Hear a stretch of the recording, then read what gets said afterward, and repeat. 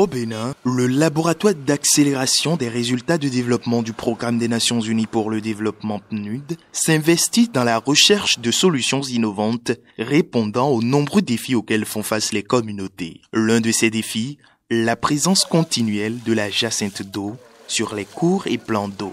Le bureau d'analyse et d'investigation de la présidente de la République a sollicité le PNUD pour travailler sur les solutions à mettre en œuvre pour pouvoir faciliter la circulation des populations lacustres, notamment des communes de Souava, des Agégués et de Grand Popo.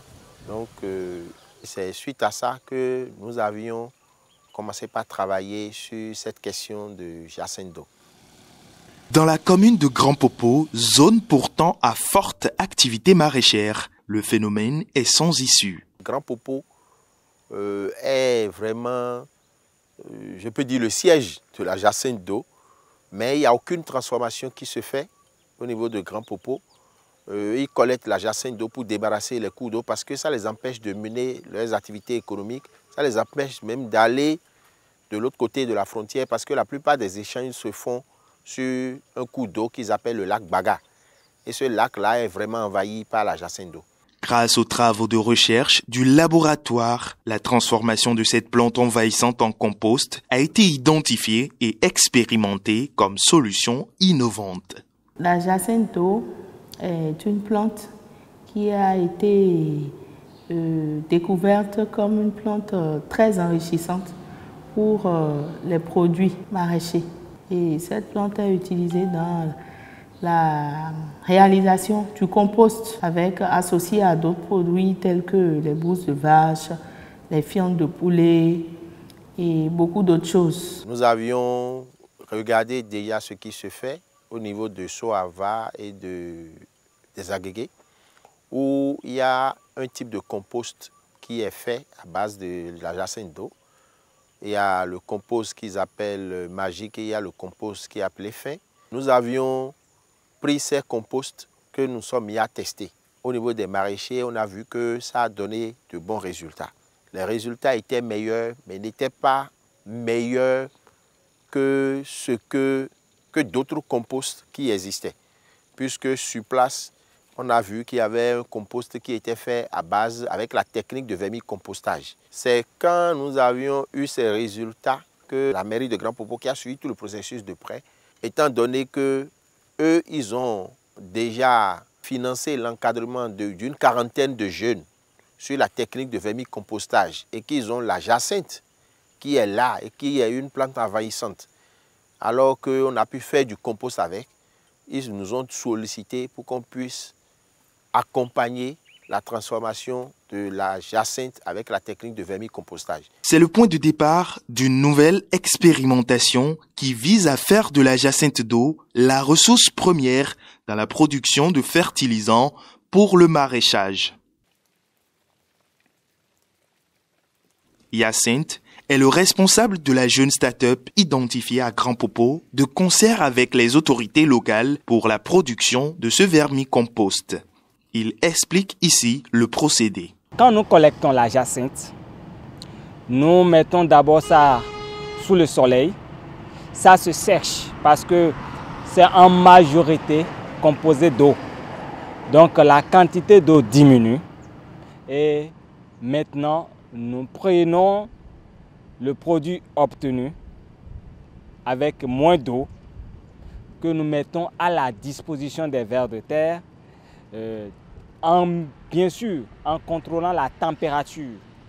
Et les vers de terre commencent le travail jusqu'à ce que nous obtenons un produit qui soit venu à maturité. À Grand Popo, ce sont les produits de synthèse qui sont utilisés. Alors, ces produits de synthèse se chargent de nourrir la plante. Après avoir nourri la plante, il faut encore en apporter abondamment. Nous sommes dans une logique d'accompagner le producteur à travailler de façon durable. D'où la production de notre engrais naturel. Cet engrais-là ne fonctionne pas de la même façon. L'engrais se charge de nourrir le sol Et maintenant, c'est le sol qui prend en charge la plante. Dans l'expérimentation, c'est pour choisir quel est le dosage que nous pensons être le meilleur. Donc, on a souhaité faire d'abord un compost où nous avions 25% de constituants qui soient que de jacinthe et les 75% qui soient un mélange de bouse de vache, de fientes de volaille et d'autres feuilles et tout ça, et du sable et tout ça. Et nous avions fait un autre qui est au fait constitué de 75% de jacinthe et 25% des autres ingrédients dont je viens de parler. Et il y a un autre qui est 50% et nous avions 50% des autres ingrédients. Ce que nous avions appelé Miss, c'est parce que nous avions pris celui de 50% et nous avions mélangé avec celui de 25%. Nous voulons des produits bio, des produits sains. Donc progressivement, avec l'appui des partenaires, nous sommes en train de sensibiliser, d'amener les maraîchers à l'utilisation des composts qui améliorent la structure du sol, qui améliorent la vie et protègent même les cultures contre les nuisibles.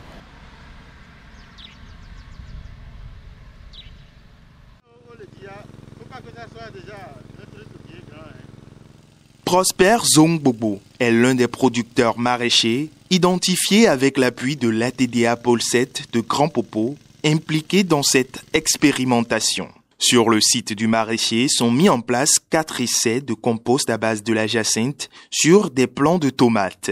Une étape qu'est venu constater de visu le représentant résident du PNUD. Tout un dispositif qui a été mis en place, tout est naturel, du début jusqu'à la fin. Et maintenant, je suis très content, très heureux d'être sur le site d'expérimentation. Donc, on a vu un peu sur la tomate, où donc à différentes concentrations de jacinthe, nous allons voir maintenant les résultats, comment cela va avoir un impact sur la production agricole. Et donc, s'éloigner un tout petit peu des pesticides, s'éloigner un peu des produits chimiques, c'est également important pour la santé des populations, comme vous le savez, la santé de nos enfants aussi. Nous avons parcouru d'autres producteurs. On peut en citer quelques-uns. Il s'agit de M. Sewa où l'essai aussi a été appliqué chez lui sur la betterave et sur l'oignon. Il y en a d'autres où on a fait aussi de la carotte, de l'oignon, juste pour tester. On veut tester l'efficacité de ce compost sur tous ces produits avant de conclure. Retour sur le site de la tomate quelques jours après le repiquage. Nous sommes dans le champ d'un des bénéficiaires de cet essai qui s'appelle M. Zongbobo.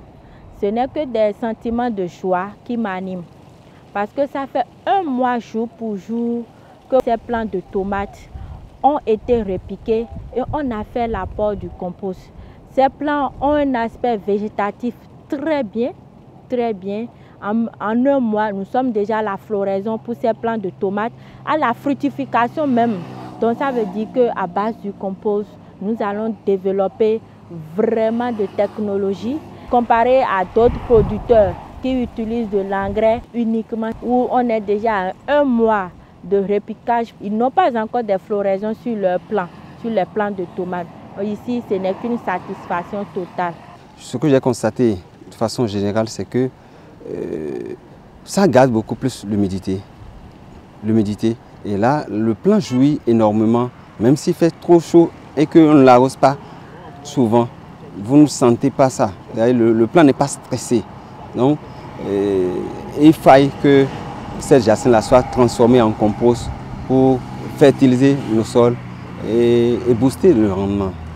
Donc, c'est en fait une opportunité.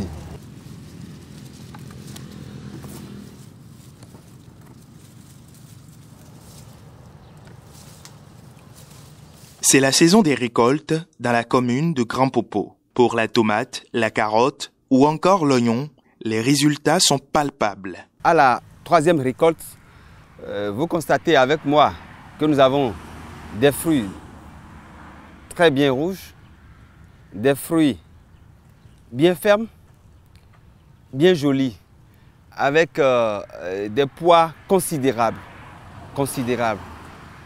Partout, cette expérimentation a été réalisée ici sur le site. Je crois que le résultat est satisfaisant, très satisfaisant. Quand on a testé, on a vu au fait qu'il vaut mieux garder celui avec 50% de jacinthe parce que les rendements sont plus élevés là.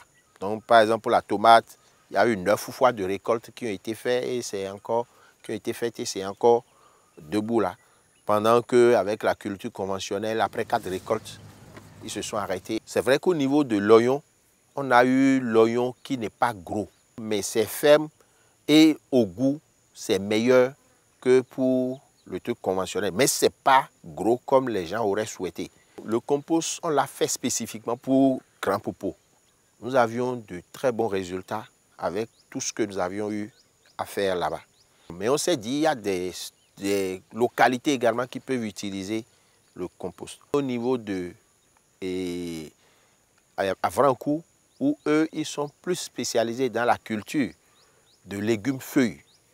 Nous nous sommes rendus compte qu'en fonction des endroits, nous avions de bons résultats.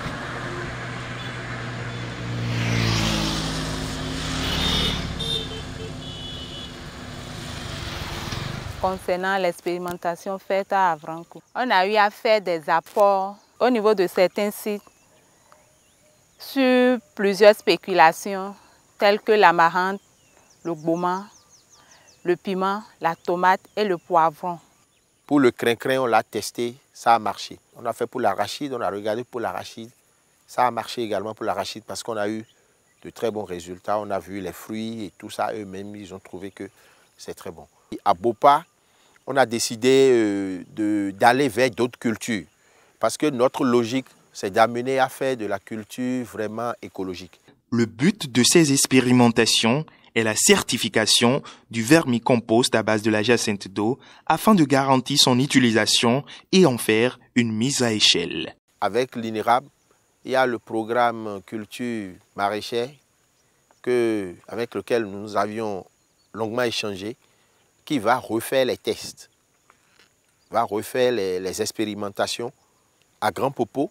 Ils vont faire les expérimentations à Grand Popo sur un certain nombre de spéculations pour pouvoir identifier pour nous le dosage approprié qu'il faut pour ces différentes cultures.